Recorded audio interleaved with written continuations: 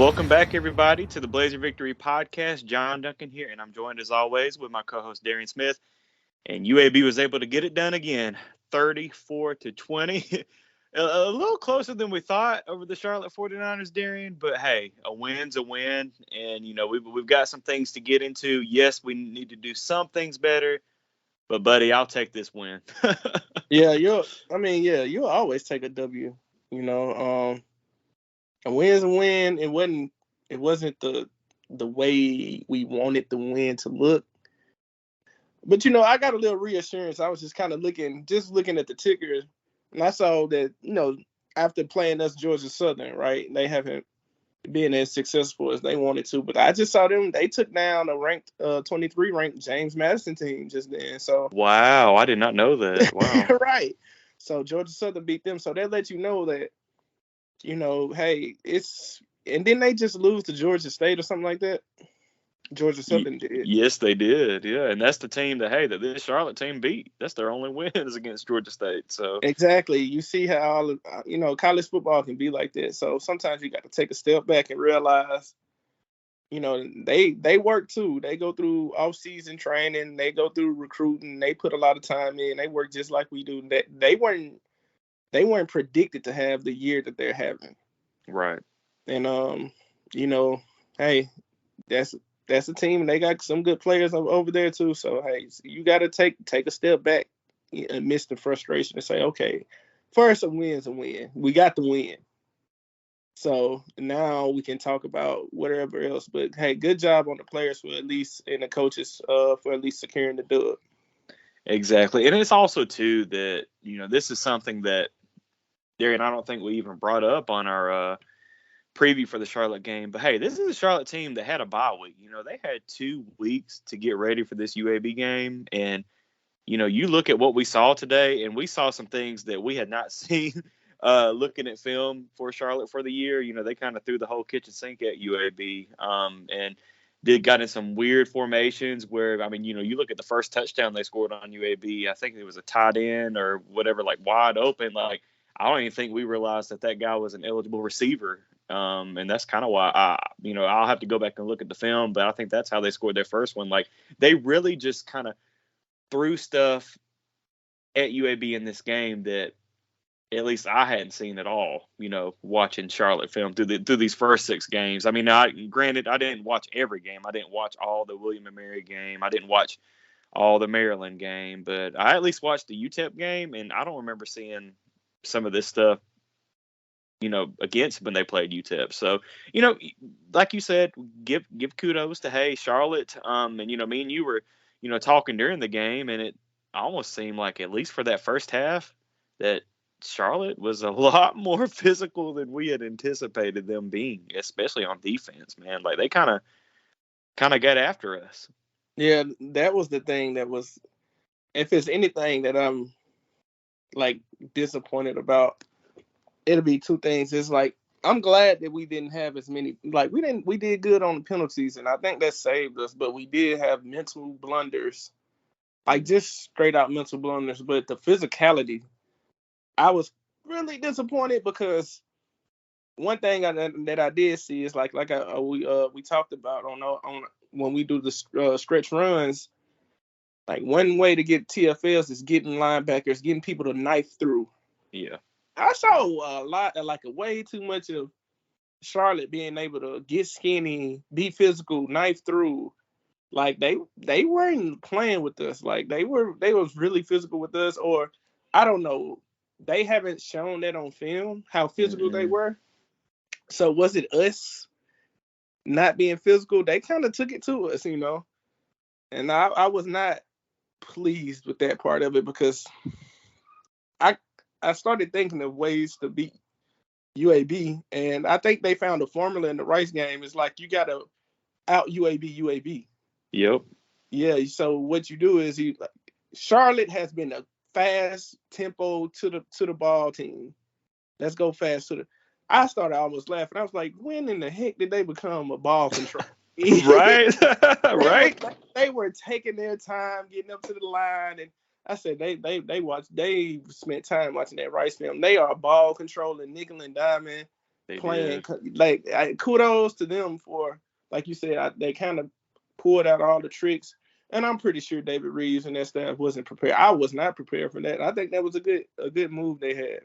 Yeah, I think so too. But I'm glad, on the bright side, I'm glad you brought up the penalties. Yeah, so UAB only had 2 penalties for 15 yards. So, Good job. Good job. kudos, yes, and that's playing smart. I thought UAB played really smart overall for the whole game. But I mean, yeah, I think you looked up at halftime and Charlotte already had like 6 tackle for loss, like 6 TFLs, and it was exactly what you said. They were just kind of knifing through on that stretch zone, outside zone, and stretch plays, and they were just straight up just beating us on the outside. Now, granted, I believe UAB was able to wear down that Charlotte defense Yes. over the course of the game. And, you look at Debo, 29 carries, 137 yards, and 2 touchdowns. So, was able to get him going. But honestly, Darren, like my player of the game has got to go to Dylan Hopkins, man. Like that dude came out and played. You look 15 to 23 for 231 yards passing, but over 100 yards rushing, man. Like there was 2, 3, at least 3 times that there was no receiver open, and he just took it down and got the first downs, and hey, at the end got that long touchdown, which I love to see, and just showed that burst of speed, that we kind of talked about last week after the Middle Tennessee game. Yeah, I'm gonna start calling my man DeMar Jackson. Yes. I said, I know, like, okay. I sat there and saw those same players catch TJ Jones. Mm-hmm. TJ Jones broke loose, but they caught him. They did not catch DeMar Jackson at the end of the game. No, they On did. the 61-yard scamper. I'm like, man, we got to put some respect on this man's wheels. I'm telling you, man. I think Dylan is good. I think, like, so, when we first start off, he is so good when he doesn't lock in and predetermine where he wants to go. So Right. that first play of the game, when he threw that interception, you can clearly tell he was like, I'm going to throw this downfield no matter what. I'm YOLO. But honestly, dude, like he was open. Like if he would have thrown it like 2 seconds earlier and threw it more of like a dart, I think he would have got in. And I was talking with my buddy Paul at halftime too, and I think the wind might have got under that pass too and kind of held it up, and that maybe sailed on him a little bit. But I'm telling you, he was open for a split second. If Dylan would have thrown that just a second or two sooner, we would have had the start just like we had against Middle Tennessee last week. So I guess we just didn't have all the ingredients working for us today, but because that's a perspective I wasn't able to get because I had to watch it on TV. But okay, so on TV it just looked like it looked like a forced pass on TV. And he was open for a split second, yeah. And they did a good job of tackling. Like I didn't know whether to be mad, like not mad, but kind of to be disappointed in our guys or just give them praise because, like in that third quarter and second quarter, they had safeties coming down that was tackling our running backs and stuff one-on-one. And I remember you said, man, it looked like somebody missed the block. And I'm like, no, nobody missed the block. That was number 6 coming down one-on-one with Debo, and he made the tackle 2 times in a row. Kudos to him, man. Yeah, I don't know. It's kind of like, like Debo, you can break this dude off. You one-on-one, it's hard to tackle him, but they was wrapping up and getting the legs. They wasn't tackling up high. They was getting those legs, and wasn't letting go. And I'm like, well, I guess kudos. I guess I don't know if we're spoiled fan bases seeing our running backs always break those tackles. So now that's what we expect, but. I think they did a good job of having a great game plan, especially on offense. I think they really confused our defense. We kind of had to settle in. I just didn't expect them to become this ball control. I'm like, man, they trying to get it to the fourth quarter and give themselves a chance. I was happy to see us in that situation and see us come up with the plays at the end and win the game. That was pretty cool to see. Like to see the offense come up with some plays and see the defense make some stops. So if anything, I take that from it. It's not what we wanted to see, but I mean, we were the only team in Alabama to win the game. Oh man, yeah, I was just because I saw the ending of the Alabama Tennessee game, and that was crazy. And then Auburn, you lost to Ole Miss. But I mean, look, at the end of the day, UAB won, of course. But not only did they won by double digits, 34-20. Only 2 penalties for UAB in this game, so that shows that we played smart. And you just look at the box score, like first downs. UAB had 28, Charlotte only had 12. Charlotte was 3 of 10 on third down. I mean, overall, UAB played a good game. Take away just a couple of big plays like that first touchdown that I was talking about earlier. And now that I'm looking at it, it wasn't a tight end that scored that. It was a wide receiver, Elijah Spencer. So I don't know what I was talking about earlier, so y'all can just disregard that. But that kind of exploited something that's up the seams. Yes. They got like 3 or 4 big plays up the seams. I'm glad we were able to see that during this game, and hopefully, I know David Reeves is a great coach. Hopefully he's able to get in there and correct it. Definitely. On defense, I do want to give a shout out to, of course, Noah Water, 11 tackles, but Jalen Key, man, 8 tackles. That I felt like that dude was all over the field today, so it was great to see him kind of hitting hard and getting around to the ball out there today. So kudos to Jalen Key. And I already said on the offensive side of the ball, Dylan Hopkins. But I did want to mention a couple receivers. Fred Ferrier, man, 2 key catches for 24 yards to get a couple first downs. And also, hey, how about Rudolph getting that 35-yard reception? I believe that was to start the second half, I believe. And, of course, Tajon Palmer, 3 catches for 41 yards and the touchdown reception. Yeah. So really all around. Yeah. That touchdown reception, that was all hands. It was. It was really good. I see that potential in Fred Ferrier. Me too, man. He's going to be the next. Like, I hate it, and I don't think we've talked about it on the pod, but Ryan Davis is out for the rest of the year. He had to have hip surgery on his other side of his hip, which I hate it for him. But I mean, hey, Fred Ferrier, we know what he's capable of. I mean, you've seen it in the scrimmage, we've seen it in practice, and now we've seen it in a couple games. So he is more than capable of, kind of taking that where Ryan Davis left off. He seems so sure-handed. Yes. The kids, they were very strong. So hopefully, as time go by, as the season go along, I would really want us to see like let's get this kid involved more. Like I think it's time. He just seems so sure-handed and just seemed to be in the right spots. I like him, man. I really do. And hopefully we're able to target him. I don't think Trey had his best game. He dropped a couple. So I'm looking forward to seeing him bounce back big time against WKU. We're gonna see what they were doing on Schropp, though. They were kind of taking him out of the game. Now ended up, Schropp got 3 catches for 48 yards, but they were kind of playing cover 2 like a lot and kind of blanketed him to where he didn't really have many opportunities. So I guess they watched that Middle Tennessee film and said, well, we're going to take him away and force somebody else to. Were they, from your view, were they like bracketing him? Yes, or that's what I saw. Yeah, I'll have to go back and watch it for sure. But they really did kind of have 2 guys on him the whole time, like to where he wasn't gonna get loose on him. I guess what I was kind of more so disappointed in is like he had a couple shots over the middle, and that the one he tried to catch with one hand. Yeah, I remember that. It's another one when Dylan fit in there. It would have been a big gainer over the middle, and he alligator armed it. Mm-hmm. So I don't know if he was able to see it in the stadium too well. I know they played it back a couple times, and that's one he'll catch. Mm-hmm. But I think he was anticipating the hit, but safety wasn't that close to him that he was going to be able to make a 20, 30-some yard gain, get us in range. But that was a big time drop.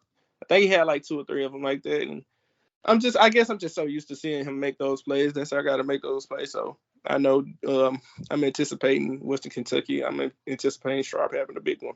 Yes, he's going to need to. But Western Kentucky is going to watch this film and try to do some of these same things that Charlotte did. So, hey, but it works for us too. Hey, UAB's got this on film, got experience. Just move on and get ready for Bowling Green next Friday. But Darren, do you have anything else that we want to hit? Oh, hey, Matt Quinn. Hey, he missed one, but he hit 2 key field goals. So it was good to see Matt get back. I know he wants that. He missed was it a 45-yard field goal? I think something in the 40 range. One, yeah. Yeah, but hey, at least he hit the other two. And I would like to challenge the right side of our line, Sidney Wells and Quincy McGee. They weren't holding or anything, and but I think our left side. If I could say, I think our left side. Will has some. He kind of got the business a little bit, but I say overall he won the battle. But I say Quincy and Sidney, those two that tackle on that end, they gave them all they could handle. I started watching them particularly, and they kind of struggled. So I would like to issue a challenge because they're better than what they put on film today. Yeah. So I would like to see. I'm anticipating them to have those two guys to have a very good game because I thought they got kind of bullied today by those two dudes. Overall. So and I've seen them in those situations. I've seen them play better. That's what I mean. And I'm always gonna expect a lot from our old line. We have the talent. So that right side, I expect them to have a big game next week. That's what I'm anticipating. I expect them to bounce back. Definitely. And before we get out to one more guy, I can't believe I had my notes and I didn't mention earlier, but how about Grayson Cash, man? Two interceptions today, man. He's got to be the defensive MVP because he got that interception last week against Middle Tennessee, but getting two more today, I mean, he's just an interception machine. Like he's just cash money, man. He finds a way to run the ball. Like he's always over there where the ball is. So kudos to Grayson Cash and getting those two picks today. I like that celebration. The second one, yes, and two. Like times they all gonna test me, dog. I love Grayson Cash. He's a leader. He leads by action. He's always in the right spot. Most of the times he's taking the right angles on tackles. Mm-hmm. He saved touchdown on tackles. He causes turnovers. He might be one of the most important players on this team because of his intellect. He's not the fastest guy. He's not the strongest guy. He's not the biggest guy. But somehow, he's always around the ball making plays. I don't know, man. That's just a dude that know how to play football. So shout out to Grayson, man. Definitely. Well, all right, guys. Well, again, UAB improves to 4-2 overall and 2-1 in Conference USA play and picking up the W over the Charlotte 49ers 34-20. We've got a big test coming this next Friday, this upcoming Friday night. Hey, Bowling Green against Western Kentucky. They're coming off of a big win today. They just beat Middle Tennessee. So it's going to be a showdown in Bowling Green. Can't wait to see, how the guys look. But we will be back Tuesday morning with the Blazer Victory podcast, where we will get you guys ready for WKU and an interview with Jared McDonald of the Bowling Green Daily News. So I know you guys can't wait to hear Jared's thoughts. We've had him on the show before a couple years ago back in 2020 when UAB last met up with these Western Kentucky Hilltoppers. But definitely looking forward to that. But Darian, you want to go ahead and close us out, buddy? Big one coming up. We need this one. So we're going to need all of us. So Blazer Nation, let's ride. And let's ride. Hey, before I'm ending this, shout out to my boy Darren. Birthday boy coming up Monday morning. hey, I can't let you get out. Hey, I might be going to Jamaica tomorrow, but I can't let you get out. Wishing you a happy early birthday on Monday, October 17th. So happy early birthday, man. I appreciate you, bro. Thank you, man. And also, October 17th, Monday, is also my anniversary with my wife. Woo! So, yeah, Elizabeth, happy anniversary. And, I got to shout out the Boo Thing, man. Shout out Boo Thing. Whoop, whoop. All right, guys. We'll be back Tuesday. All right.